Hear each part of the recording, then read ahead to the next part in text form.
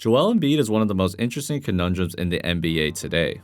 He is a 6-time All-Star with 4 All-Defensive teams and an MVP, but he has consistently been bounced in the second round due to his limitations.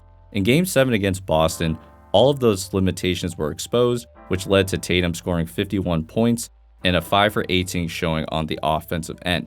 Today we go over how the Celtics took advantage of Embiid's limitations and whether or not this is a player issue or a coaching issue.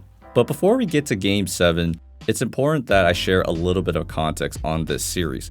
Before Game 7, the Celtics often wanted to play 5 out and space the floor and let Tatum attack.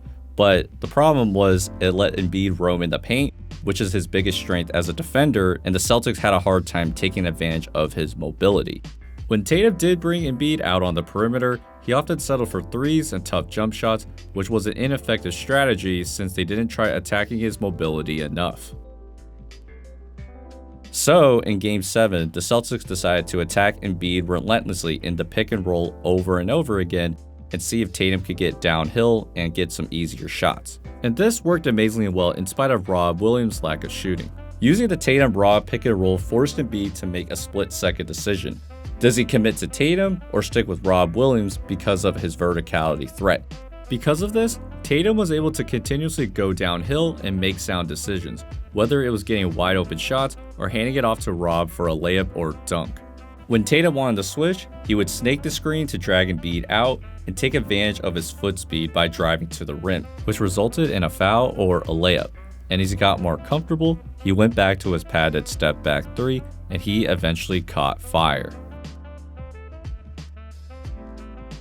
In particular, I wanted to talk about this sequence. You can debate whether or not it's Tatum's high basketball IQ or Embiid's lack of awareness. Here, Tucker points at Embiid to guard the pick and roll, but Tatum is boxing Embiid out because he's trying to force a switch.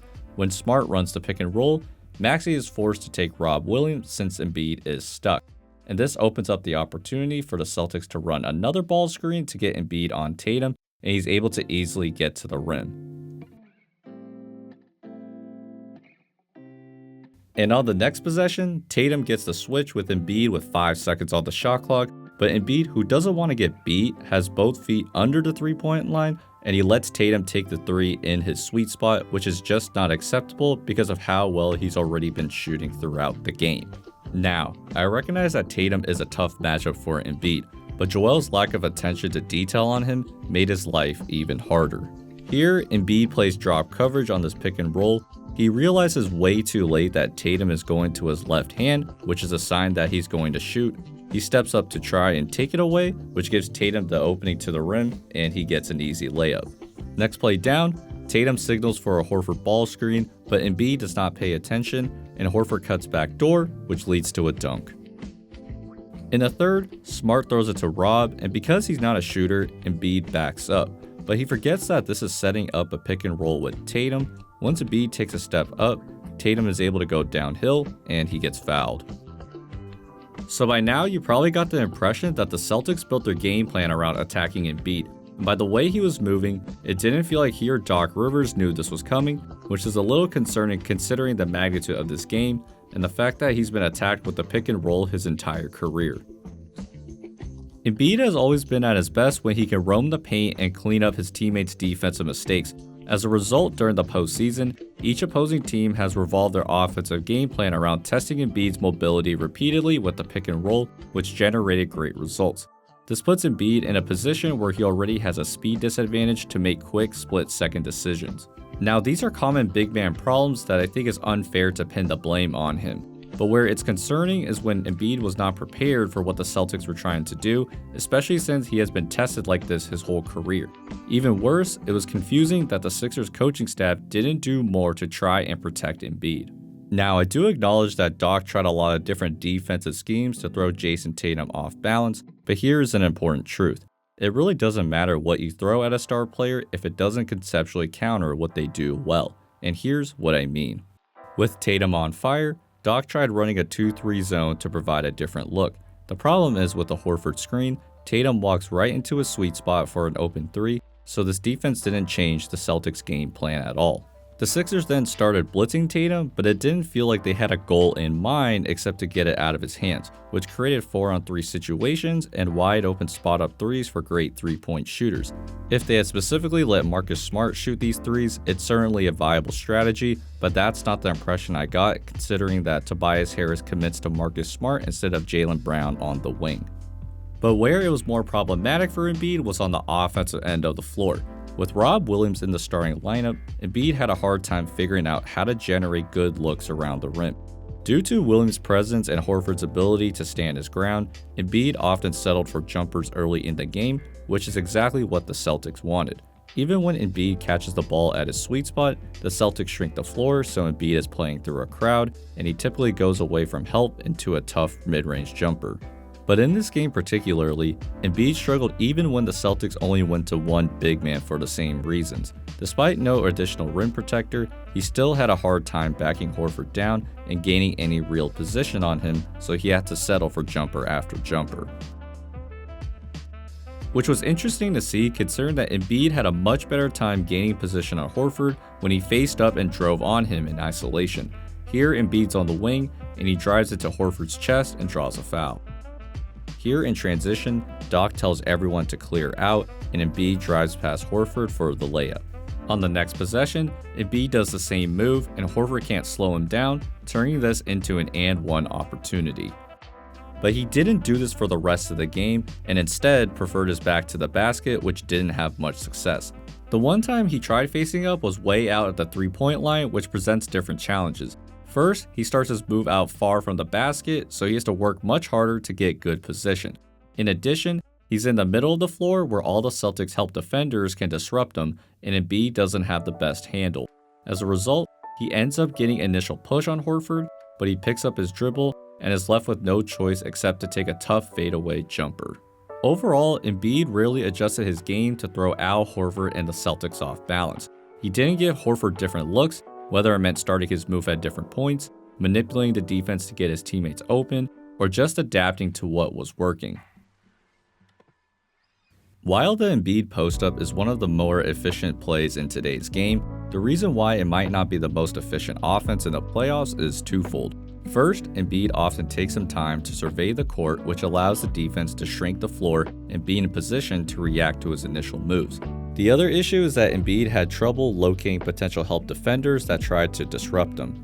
On this possession, Embiid faces up on Horford, and as he makes his move, he doesn't see Marcus Smart coming and he gets stripped. Because of these two tendencies, you're often left with him isolating in a crowd while the rest of his team is standing around reacting to how the defense plays Embiid. These issues have plagued the Sixers offense for his entire career. In the early parts of his career, he naturally had less space because Ben Simmons could not shoot, so teams could easily load up on him. But as the Sixers have acquired more perimeter-oriented players, the same issues have persisted with the focal point being around Embiid. One primary reason is that he's not the type of guy that can manipulate the defense to find a person he wants. He tends to read and react, which is easier for a defense that's giving different looks to slow down his processing just a bit and react promptly to his moves.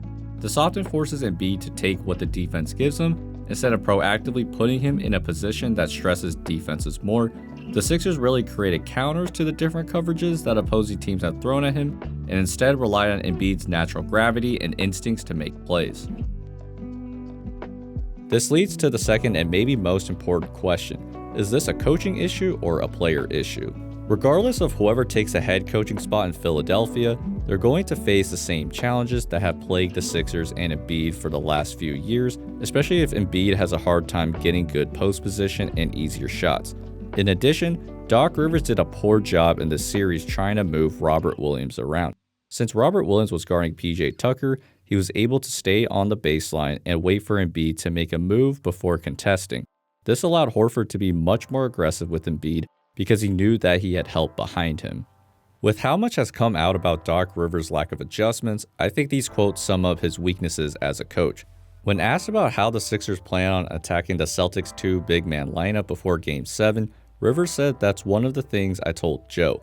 When you're down here, you could still get it. He's on the weak side. The whole key to that is we've got to make sure we know where everybody's at, and that's no different than when you play every team." Brooklyn's a great example. They trapped every time, so we worked every day on making sure Joe knew where everyone was at. So if they, the Celtics, do come, you have to pass it.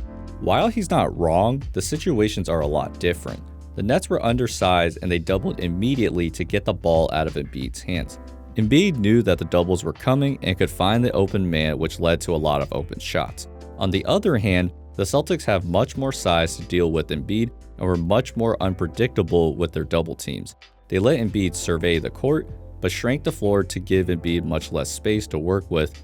They mostly doubled or helped when he started his move, and the help came from many different directions.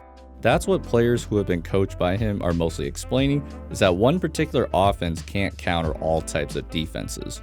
What ends up happening then is that it's up to the players to figure it out on their own, specifically PJ Tucker for this game.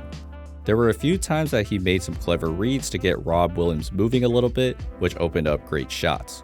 Here, Harden runs the pick and roll and he kicks it out to Tucker, who gets the ball to Embiid. Now the spacing looks off with Tucker and Harden in the corner, so Tatum comes up to shade Embiid. Joel throws it to Harden, and Tucker sets a screen on Tatum, so Rob has to step up on Harden, and Tucker's rewarded with a layup. In the third, Embiid comes off the screen to get Tatum on him, and Horford doubles so Embiid can't use the mismatch. Now Tucker moves to the strong side corner, and Tatum tells Rob to stay where he is. This means Williams is guarding Tobias Harris now, so when Embiid kicks it out, Williams is closing out to Harris, who is a much better three-point shooter, and he knocks it down. But the Sixers didn't try to distract Rob Williams enough to not be the primary help defender. Instead, the overall game plan was to give it to Embiid and have him make decisions based on what the Celtics were doing. This didn't work because the Sixers' game plan was to give Embiid as much space as possible to work with, which meant the other four players were standing around. As a result, the Celtics could load up on Embiid and structure their defense so they could cover any Embiid drive or pass. And that's how you get fired despite winning 54 games for the season. With Nick Nurse in Philly, they're going to have to figure out how to create more space for Embiid to work with and create more mismatches. And for Embiid, he certainly needs to start his moves sooner and be more consistently aware, whether it's paying attention to who's coming to help and how opposing teams are going to attack him defensively. But maybe more importantly, Embiid needs to adapt his game based on his matchup and rely on moves that have shown signs of success instead of going back to what's comfortable. If not, it doesn't matter how you build around him because these issues will persist and his legacy as a second round merchant will live on.